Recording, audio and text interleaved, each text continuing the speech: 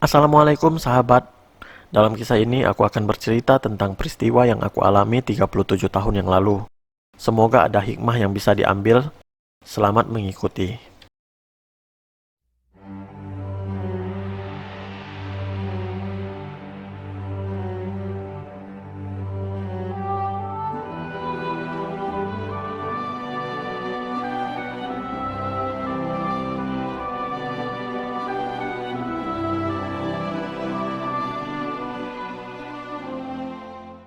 Tanggal, bulan, dan tahun di cerita ini adalah hal yang sebenarnya. Nama orang, instansi, dan tempat bukan nama sebenarnya. Gambar hanyalah ilustrasi. Jangan lupa like, share, dan subscribe channel ini. Janji Darah bagian ke-5, Pendekar Naga. Jalan yang hening mulai terdengar agak ribut-ribut. Gelap gulita digantikan dengan cahaya lampu. Sedikit cahaya kemudian bertambah banyak. Kami memasuki wilayah Jakarta Timur menuju terminal Pulau Gadung. Hari sudah menunjukkan pukul 7. Aku sudah hafal pesan pamannya Rizal dalam surat. Dari terminal Pulau Gadung, aku naik bus jurusan Tanah Abang. Warna mobil dan nomor mobil disebutkan di dalam surat. Hati-hati di dalam bus antar Pulau Gadung dan Tanah Abang, banyak copet. Begitu petunjuk yang diberikan. Pukul 10.00 aku sampai di Tanah Abang, kemudian naik becak ke rumah Paman Rizal. Aku sampai di rumah pamannya Rizal. Beliau seorang guru bahasa Inggris di sebuah sekolah di Semeat di Tanah Abang. Orangnya baik dan perhatian. Kedatanganku disambut dengan perasaan plong. Mereka juga cemas atas kesalahan informasi ini. Kenalannya yang membawaku ke Jawa Timur tidak memberitahunya dengan pasti keberadaanku. Selain mendapatkan surat dari ibuku, beliau juga mendapatkan surat dari kakaknya, Ibu si Rizal. Kemudian menyesal tak bertanya pada orang yang membawaku ke Jawa Timur. Jadi beliau bersyukur aku sudah kembali. Namun aku tak merasa perlu menceritakan kejadian yang menimpaku dalam mengurus kepindahanku. Kurasa tak perlu. Itu hanya akan menambah kesedihan dan kegelisahan mereka saja. Keluarga ini sudah baik menerimaku. Selesai sholat asar, seorang datang. Ternyata yang datang adalah Om Dani. Beliau adalah saudara ibuku, satu nenek. Nenekku dengan ibunya Om Dani bersaudara. Om Dani itu tinggal di Pejompongan, Jakarta Pusat. Sekali-sekali beliau ada pulang kampung, hingga aku mengenali beliau. Ternyata ibuku menulis surat ke banyak orang untuk mengurusku. Dua orang yaitu Om Dani dan paman ini sudah berjanji pada ibuku untuk mengantar aku ke pondok pesantren Darussalam di daerah Gemilang, Kabupaten Tangerang. Pamannya Rizal bertanya padaku, "Sultan, mau diantar siapa?" "Ini Om Sultan sudah datang." Aku bilang, "Diantar Om saja." Walaupun pamannya Rizal sangat baik, namun Om Dani lebih dekat kekeluargaannya dengan ibuku. Aku menginap dulu di rumah Om Dani satu malam. Keesokan harinya kami menuju Kabupaten Tangerang. Desa Gemilang terletak antar kota Tangerang dan Serang, 2 jam perjalanan dari pusat kota Jakarta. Dari Jalan Raya Jakarta Merak, kami berhenti masuk ke dalam kampung dengan menaiki becak. Semua tukang becak sudah tahu kalau orang pendatang yang turun di simpang itu pastikan ke pondok. Aku sudah pernah sekali ke sini dengan si Rizal dan ayahnya. Pondoknya tidak semegah pondok Al-Karim, namun santrinya lumayan banyak. Becak membawa kami ke pondok di desa Gemilang. Pondok terletak di ujung desa. Jalan berbelok-belok di pedesaan Tanah Banten. Aku bisa melihat penduduk desa di daerah Sunda ini. Terasa beda lewat di desa-desa Ponorogo dengan desa yang ada di Tanah Sunda. Becak membawa kami ke pondok di desa Gemilang. Pondok terletak di ujung desa. Jalan berbelok-belok di pedesaan Tanah Banten. Aku bisa melihat penduduk desa di daerah Sunda ini. Terasa bedanya lewat di desa-desa Ponorogo dengan desa yang ada di Tanah Sunda. Di pondok kami langsung ke tata usaha. Ibuku juga telah menulis surat ke pondok ini bahwa aku di Jawa Timur sedang mengurus kepindahan ke sini. Mereka memberikan baju dan uang saku yang dikirim. SPP juga sudah dibayar ibuku. Kemudian aku diantar ke asrama. Pondok Darussalam tak semegah Al-Karim, juga tak sesederhana Pondok Akbar. Tanahnya luas, Tampak pondok ini seperti di ujung desa karena di belakang pondok ada pesawahan yang membentang. Malah pondok ini seperti berada di pesawahan itu. Di belakang pondok agak rawa dan tanahnya lunak. Bangunannya permanen, sebagian tampak baru dibangun. Di belakang pondok yang membentang pesawahan juga ada tiang listrik yang besar dan tinggi. Sepertinya tiang listrik ini menyambung ke Jakarta sampai ke Tanah Abang. Karena aku melihat tiang listrik yang sama melintas di Tanah Abang, hingga aku berpikir bila aku berjalan menelusuri tiang listrik itu, mungkin aku akan sampai ke rumah pamannya Rizal. Aku diantarkan ke bangunan yang diberi nama Saudi. Konon pembangunannya dibantu oleh kedutaan Saudi Arabia yang ada di Jakarta. Aku diantarkan ke sebuah kamar. Kamar itu berisi 13 tempat tidur besi bertingkat. Jadi santri yang di dalamnya ada 26 orang. Santri boleh pakai lemari baru bila mau beli. Namun lemari bekas peninggalan santri yang sudah tamat juga ada. Aku masukkan barang-barangku ke lemari. Lemari itu 2 tingkat. Yang di atas sudah ada yang mengisi, aku dapat yang di bawahnya. Om Dhani tak terlalu sulit mengurusku karena sebenarnya sudah berstatus santri di sini. Aku melepaskan kepergian Om Dhani dengan mengucapkan terima kasih. Hari itu mulailah petualanganku di pondok yang baru. Aku ingat janji darahku bahwa aku akan bertahan di pondok ini apapun yang akan terjadi. Belum lagi aku sampai di pondok ini sudah banyak peristiwa menimpaku. Entah dari mana ideku mendramatisir janjiku. Janji yang diikuti dengan tetesan darah dan air mata. Aku seperti punya feeling hidupku di pondok ini akan banyak cobaan yang menjadi ujian untuk kekuatan janjiku.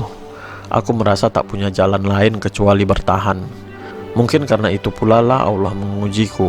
Perjalanan selama 4 hari belakangan ternyata belum apa-apa dengan 4 tahun di pondok ini. Aku masuk kelas 1A eksperimen. Santri di kelas ini adalah santri yang tamat SMP atau MTS. Mereka setingkat SMA, namun pelajaran mereka setingkat SMP dan MTS. Karena anak setingkat SMP tak belajar pelajaran pondok. Setahun di kelas 1 eksperimen, akan naik ke kelas 3 eksperimen, kemudian naik ke kelas 5. Jadi kami menamatkan setingkat SMA selama 4 tahun. Malam pertama di Pondok Darussalam, kulalui dengan perasaan pasrah. Aku mulai lagi dari nol. Aku merasakan santri di sini lebih bersifat individual daripada Pondok Akbar. Di Pondok Akbar, walaupun bersempit-sempit dalam kamar, tapi tak pernah terjadi pertengkaran siapa yang harus tidur di mana.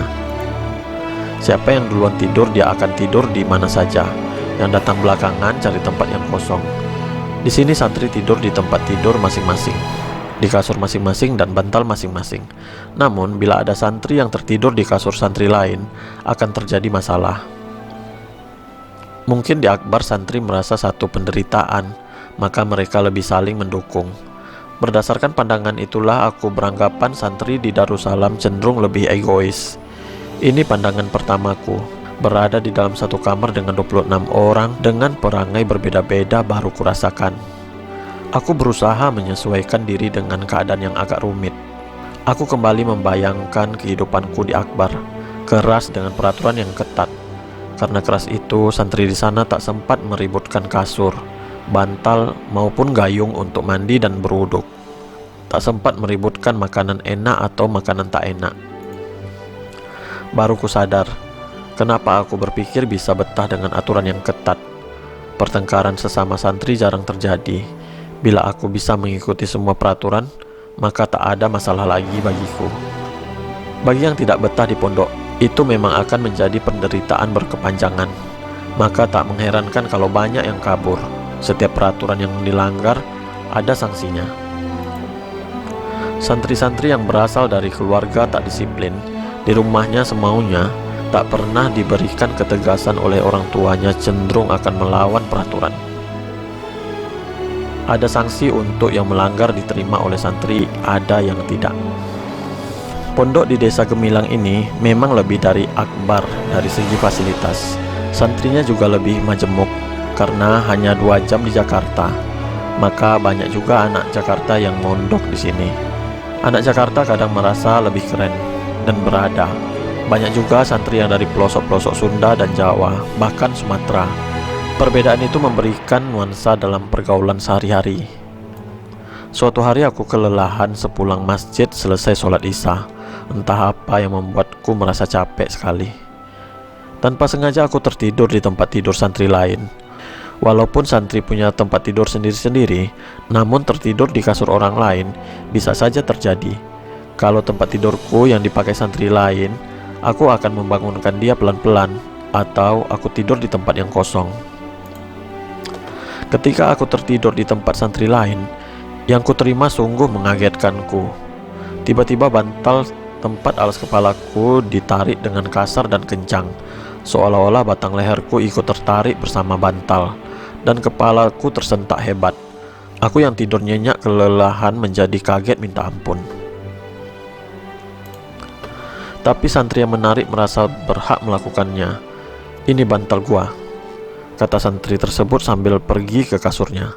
Ternyata aku tertidur di kasur santri lain dengan bantal santri yang lain pula. Namun cara menariknya, cara bicaranya, dan tak acuhnya, aku merasa sedang sekamar dengan orang yang egois tak berperasaan. Setiap santri dengan perangainya sendiri-sendiri dalam satu kamar selama setahun. Dapat kubayangkan, aku harus belajar dan bertahan dengan cara hidup begini.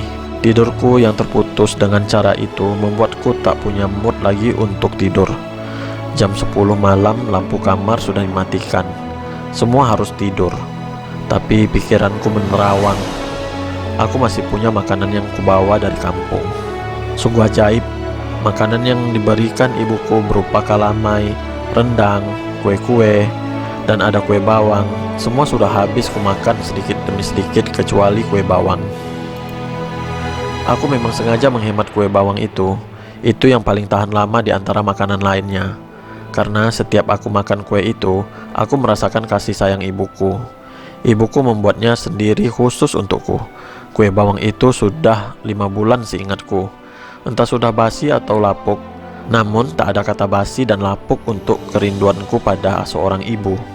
Kurai plastik kue itu, kuraba isinya, masih ada segenggam kecil tersisa. Aku masukkan ke mulutku pelan-pelan. Tak ada rasa basi atau usang. Aku merasa ibuku sedang membelai-belai kepalaku. "Tidurlah nak, tidurlah nak." Seperti itu bisikan yang kudengar. Tapi aku belum bisa tertidur. Aku masih merasakan tarikan bantal tadi, kasar dan egois. Aku bukanlah anak yang kasar dan suka berkelahi. Aku lebih sering dikasari dan tak pernah mengasari. Pikiranku menerawang ke langit, ke angkasa yang luas, kemudian turun lagi ke bumi, ke kampung halamanku. Waktu itu, tahun 1975. Aku kelas 4 SD. Pardi sudah tak sekolah lagi di sekolah kami. Kabarnya dia mengembala sapi bapaknya. Tapi konco-konconya Ical, Pendi, dan Labai terus membuat masalah dengan guru dan teman-teman sekelas. Mereka mengejek dan mencari anak lemah untuk menjadi bulan-bulanan mereka. Aku Sultan, Ferry dan Nedi adalah anak yang lemah, baik, rajin, dan disayangi guru. Tapi disayang guru bagi anak-anak nakal adalah musuh yang harus ditindas. Kata disayang guru adalah sebuah ejekan bagi mereka. Kalau bertiga mereka selalu menjahili kami yang dianggapnya lemah. Aku berperawakan kecil, berkulit putih, Ferry tinggi dan jangkung. Sementara Nedi biasa-biasa saja. Kami sering jadi bulan-bulanan mereka bertiga. Mereka kuat kalau bertiga. Aku sering berkata kepada teman-teman yang dijahili, apakah kita akan membiarkan saja perlakuan mereka? Sampai kapan? Aku mulai mengompori Ferry dan Nedi. Pernah suatu kali kami bertiga disuruh mereka merangkak di lapangan bola. Ferry yang berbadan jangkung mau saja merangkak. Begitu juga dengan Nedi yang punya fisik lunak. Aku akhirnya merangkak juga, tapi di hatiku sudah tak tahan. Sepulang sekolah aku ajak kedua temanku untuk melawan, Pendi dan Ical. Pendi dan Ical pulang melewati jalan ke kampung lain, sedangkan Labai dan kami bertiga satu kampung. Jadi jalan yang kami tempuh bersama dengan anak-anak lainnya. Labai sendirian namun masih menunjukkan kuasa terhadap kami. Masa dia sendiri, kita bertiga kita masih takut juga? Aku terus mendesak sahabat-sahabatku. Kami pun akhirnya sepakat untuk melawan. Walaupun sendirian, Labai masih merasa punya kuasa terhadap kami. Kami terus saja jadi mainan dia. Lalu saya berkata kepada Labai, "Kami bertiga, kamu sendiri. Memangnya kamu kuat melawan kami?" Aku mulai menantang. "Melawan kalian ya? Melawan kamu, Ferry? Melawan kamu, Nedi?" Katanya tak kalah garang. Temanku yang kedua orang itu tidak menjawab, tapi mereka juga menunjukkan wajah yang menantang. Labai pun membuka resleting tasnya. Dia mengambil pensil yang runcing. "Saya pakai ini," katanya. "Majulah kalian." Teman-teman yang satu perjalanan pulang dengan kami pun akhirnya berhenti, seperti akan ada pertunjukan seru. Mereka jadi mengelilingi kami berempat. Aku berdiri agak ke depan dibandingkan Ferry dan Nedi. Maka Labai menyerangku terlebih dahulu. Aku sama sekali tak pandai berkelahi, tapi berontak hatiku sudah sampai ke ubun-ubun. Maka aku merasa harus melawan. Aku hanya ingat Labai melompat ke arahku dan mau menusukku dengan pensil tajamnya. Memang aku sama sekali tidak ingat. Aku hanya sadar ketika Labai tertelentang di depanku di jalan tanah itu. Mulutnya berdarah. Anak-anak yang lain yang mengetahui sepak terjang Labai selama ini tercengang. Aku berdiri menatap Labai dengan pandangan tajam. Dia mengerang, kemudian berusaha berdiri, kemudian lari. "Awas kalian besok," ancamnya. Nedi dan Ferdi tak melakukan apa-apa. Mereka malah jadi penonton. Seperti ada perasaan ingin ketawa yang mereka simpan. "Gawat kamu, Sultan. Kungfu dari mana itu?" tanya Nedi padaku. "Ada pendekar naga di sekolah kita," kata Ferry. Aku tak tahu apa yang terjadi. Aku tak ingat kejadiannya. Aku hanya tersadar setelah Labai terjerembab di tanah di bawah kakiku. Sejak itu aku merasa tak boleh marah. Aku tak sadar apa yang kulakukan bila marah tak terkendali. Sejak kejadian itu, Labai tak pernah membuli kami lagi. Aku masih memasukkan kue bawangku ke mulutku satu persatu sampai habis. Kue pemberian ibuku habis setelah 5 bulan ku makan sedikit demi sedikit. Kue yang mungkin sudah lapuk, tapi kasih sayang ibuku tak pernah. Istirahat dulu ya sahabat. Kita sambung lagi di lain waktu. Masih ada beberapa episode lagi. Terima kasih telah menonton Sultan Malano Channel. Wassalamualaikum warahmatullahi wabarakatuh.